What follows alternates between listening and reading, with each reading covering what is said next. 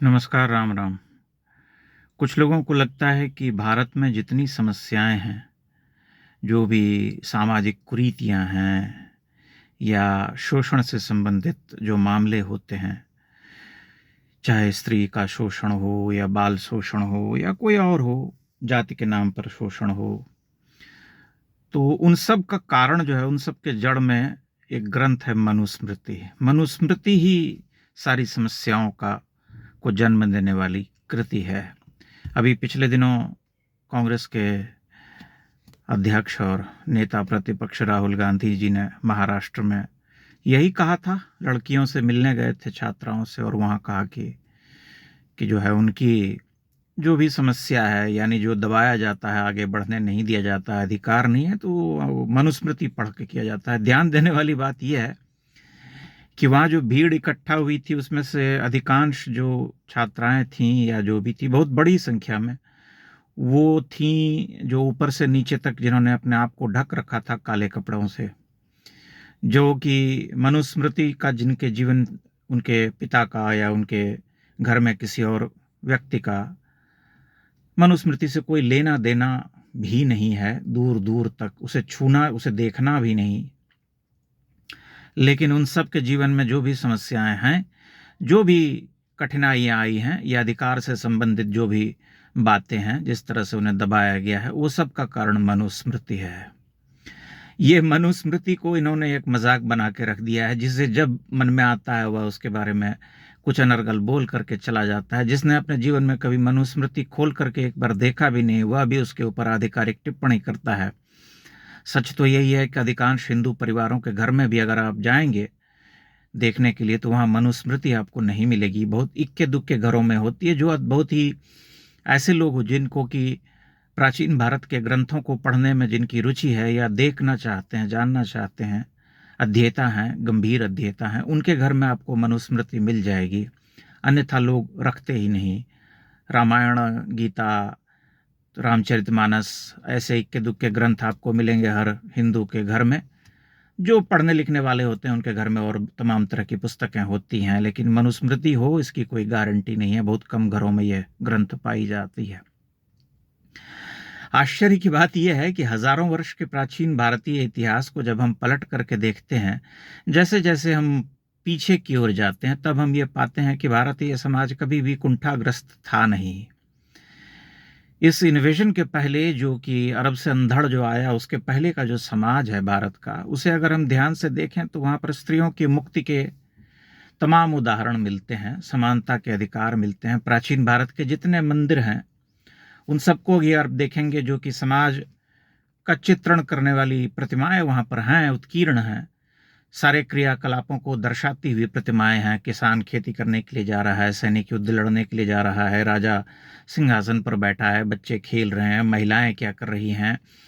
तमाम ऐसी भाव भंगिमाओं के साथ उन प्रतिमाओं को उकेरा गया है, जो कि पूरे समाज की जीवंत प्रस्तुति है। एक तरह से जो जो घटित हो रहा था समाज में, उन सबको वहां चित्रित किया गया है। तो उसमें आप कहीं भी स्त्रियों को दीनहीन दशा में नहीं पाएंगे, बल्कि उनके सिर पर कहीं घूंघट वूंघट भी नहीं होता है। वे खुले केश वाली होती हैं। बहुत सारी देवी देवताओं की प्रतिमाएं तो होती ही हैं उन मंदिरों में। तो फिर यह समझना आवश्यक है कि भाई, अगर स्थिति ऐसी थी कि स्त्रियों को दबाया जाता था या उनके अधिकार वंचित थे उनके, तो फिर ऐसी स्थिति मंदिर में होती नहीं। उसके अतिरिक्त अगर हम प्राचीन भारतीय ग्रंथों को पलटें तो हम देखते हैं कि बड़ा ही समानता का अधिकार प्राप्त है। मतलब वे जीवन की सहभागिता जो है, कहीं उसमें पिछड़ती हुई नहीं दिखाई देती हैं स्त्रियां। रामायण का ही उदाहरण ले लीजिए। दशरथ एक चक्रवर्ती राजा थे, लेकिन कैकेयी के आगे उनको झुकना पड़ा। झुकना यूं पड़ा कि कैकेयी को उन्होंने वरदान दिया था, कभी कि दो वचन दिया था कि 2 वर मांग लो। 2 वर मांगने का समय जब आया उनके जीवन में, उन्होंने प्रतीक्षा की और एक तरह से दशरथ के प्राण ही मांग लिए। अगर दशरथ चाहते तो एक क्षण में मना कर देते, लेकिन उन्होंने वचन की मर्यादा को निभाने के लिए और स्त्री जीवन की स्वतंत्रता को बनाए रखने के लिए कैकेयी की बातों को माना और बाध्य हो गए कि राम को वन भेजने के लिए, भरत का राज्याभिषेक करने के लिए। यह स्त्री स्वातंत्र्य का एक बहुत बड़ा उदाहरण है। उसी ग्रंथ में जब हम रामायण को आगे पढ़ते हैं तब हम देखते हैं कि सीता कैसे हठ करती हैं राम के साथ वन जाने के लिए। यहाँ तक कि वशिष्ठ ये कहते हैं कि अगर राम वन जाना चाहते हैं तो जाएं, लेकिन सीता, वाल्मीकि रामायण श्लोक मैं अभी भूल रहा हूं, वशिष्ठ कहते हैं कि अगर राम वन जाना चाहते हैं तो जाएं, सीता उनकी अर्धांगिनी है, उनका भी सिंहासन पर उतना ही अधिकार है जितना राम का है, तो उनके वन जाने के बाद सीता को सिंहासन पर बिठाया जाएगा, मैं स्वयं उनका राज्याभिषेक करवाऊंगा। ये वशिष्ठ के वचन हैं। अगर समाज में स्त्रियों की स्थिति दयनीय होती तो इतने बड़े ब्रह्मर्षि कुलगुरु क्या ऐसी बात कहते। स्वयं सीता को देखिए, वे बहुत देर तक वाल्मीकि रामायण आप पढ़िए, राम जी से बहस करती हैं, विमर्श करती हैं कि मैं भला कैसे रह सकती हूँ आपके बिना, वन तो मुझे जाना ही पड़ेगा। अग्रतस्ते गमिष्यामि मृदगन्ति कृशकंटकान, कि मैं आगे चलूंगी, आपके आगे पथ को साफ करती रहूंगी, रास्ता जो बुहारती चलूंगी कि आप कांटे कंटक न हो रास्ते में।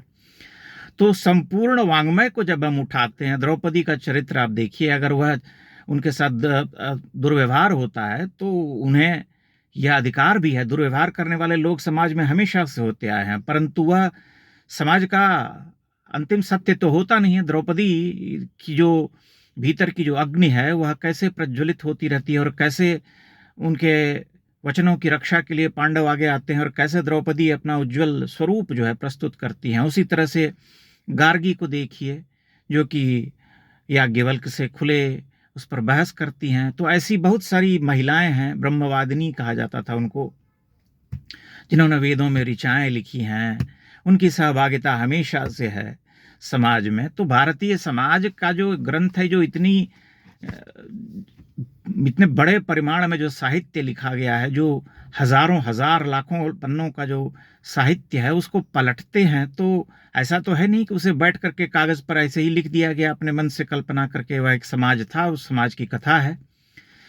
तो मनुस्मृति अगर खराब ग्रंथ रहा होता या उसमें स्त्री शोषण की बातें लिखी गई होती तो वह समझ में भी आता कि भाई ठीक है, समाज में परिलक्षित भी होता। धर्म जो होता है वह समाज से ही चालित होता है।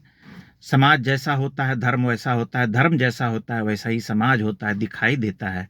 इसलिए ये दोनों बातें एक दूसरे में अनुस्यूत हैं, गुथी हुई हैं। तो हमें ये समझना चाहिए कि समाज दिखाई देता है, किसका समाज कितना बंद है, किसका समाज कितना खुला हुआ है, कौन स्त्री स्वतंत्रता की बातें करता है, इसे हमें समझना पड़ेगा।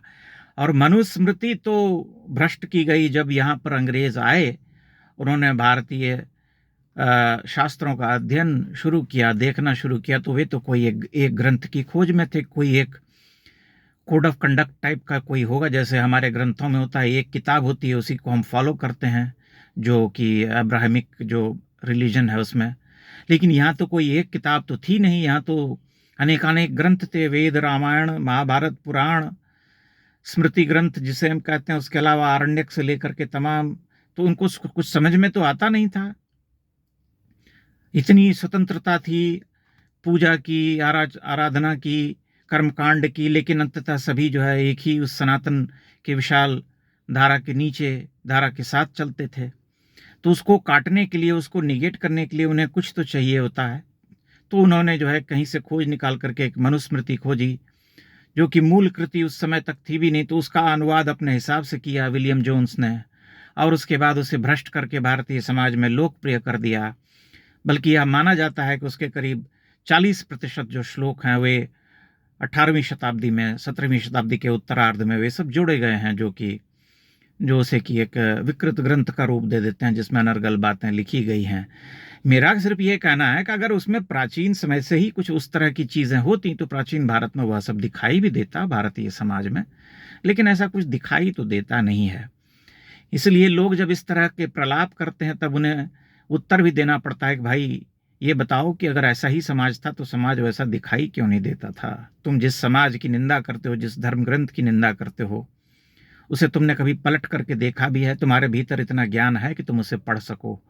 लेकिन लोग अपने हिसाब से चलते हैं। मजाक उड़ाना एक उनका मौलिक अधिकार है, कुछ भी कहना उनका मौलिक अधिकार है। इसलिए लो, कुछ नहीं तो मनुस्मृति को 5 गालियां दे दो और निकल लो। यही है, यही चल रहा है। आपके अपने विचार होंगे इस बारे में, उन्हें अवश्य यहाँ साझा कीजिएगा। बहुत बहुत धन्यवाद। चैनल को लाइक और सब्सक्राइब भी करते रहें।